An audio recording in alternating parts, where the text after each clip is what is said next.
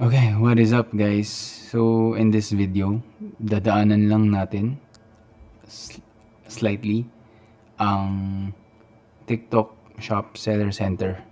So hindi ko mako-cover ang lahat-lahatan pero let's just cover the essentials to start your shop and ship out products.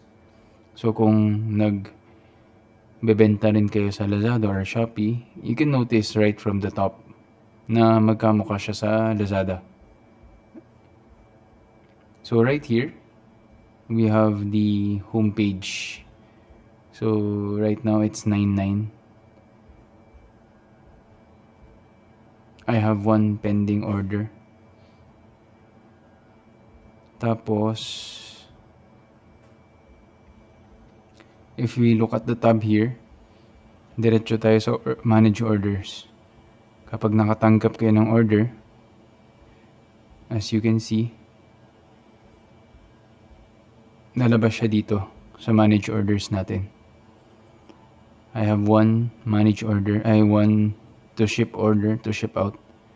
Tapos I have 54 orders na na-ship na. So, ito yung mga napadala na. Then, yung iba in transit, yung iba maybe delivered already. So, if we were gonna arrange yung order na to, you can do batch print kung marami na yan. Try natin.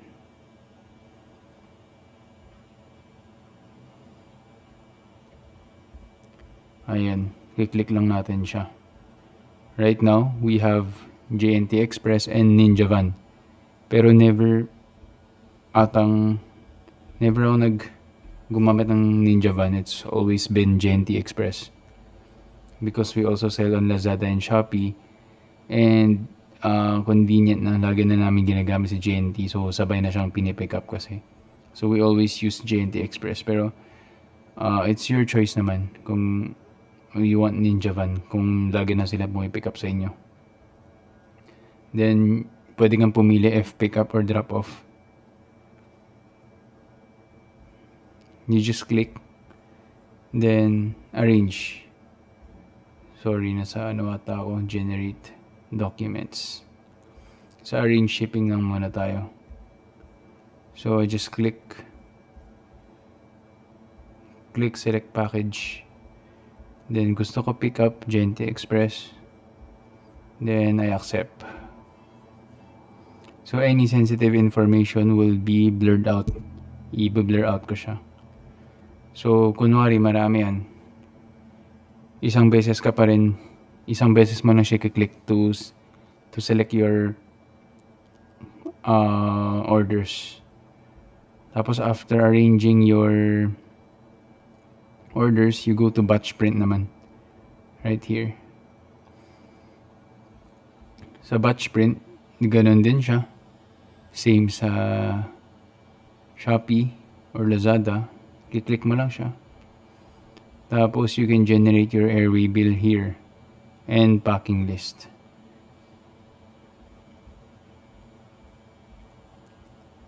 After generating and printing, after preparing your parcel or package, then ready kayo mag-ship out. You'll just wait for the courier to pick up.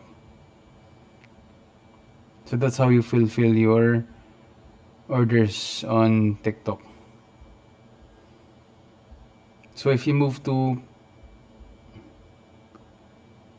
manage returns, so wala pa kasi we just started like a few months ago.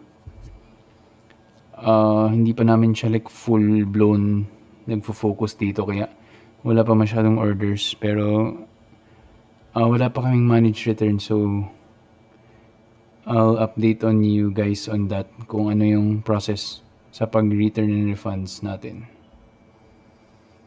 Next, we'll touch on product management.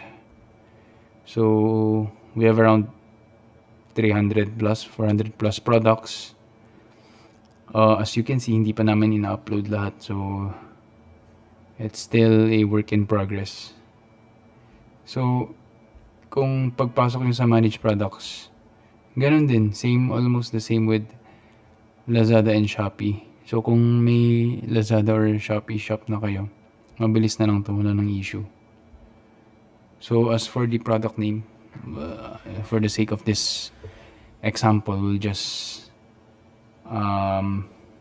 mangimbento na lang tayo.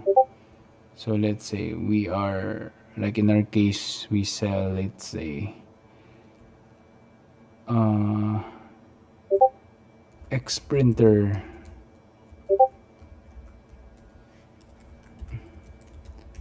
thermal, sticker, receipt, printer. Ayun, you'll select category. Tapos ang napansin ko sa category dito, hindi pa siya kompleto sa lahat ng produkto. I think it's still in the process of updating. Like, sinasama niya lahat ng category. So, magkakaproblema ba if, like, let's say, hindi siya pasok? I think, I'm not sure eh. Pero ang ginawa namin, if hindi siya pasok, like if wala siyang, it doesn't fall under any category, what we do is we find similar. So how it will affect sa product, like pag view ng mga buyers, I'm not sure na. Okay, like in this case, check natin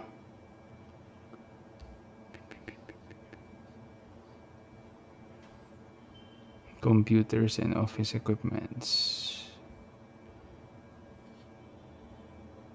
Ayun, label printer. So, meron naman siya. So, you'll add your image. Tapos, product description. Video, if meron. Then, you'll enter variations. Like, if may iba't ibang variation siya. Then, you'll have to input the dimensions and the product weight. Kasi, this will be relevant in computing the estimated shipping fee. Then, for warranty period, this is optional. The seller can opt to put their own like warranty policy and warranty period. Then you publish. So, meron lang silang guidelines on what products to mga bawal. Yung mga bawal naman, usual lang naman yun eh. Like, wala naman atang pinagkaiba. So, alam niyo naman na yun. So, for now, this is how you get started on order fulfillment for TikTok. Na yung mga iba, I'll touch on it on different videos. Kasi sobrang haba nito. Like, hindi ko rin pa masyadong kabisado lahat na ma-explain ko siya like in detail. So I'm also learning as we go. Like yung mga affiliate marketing, live manager, I have an idea on how it's working, I guess. Pero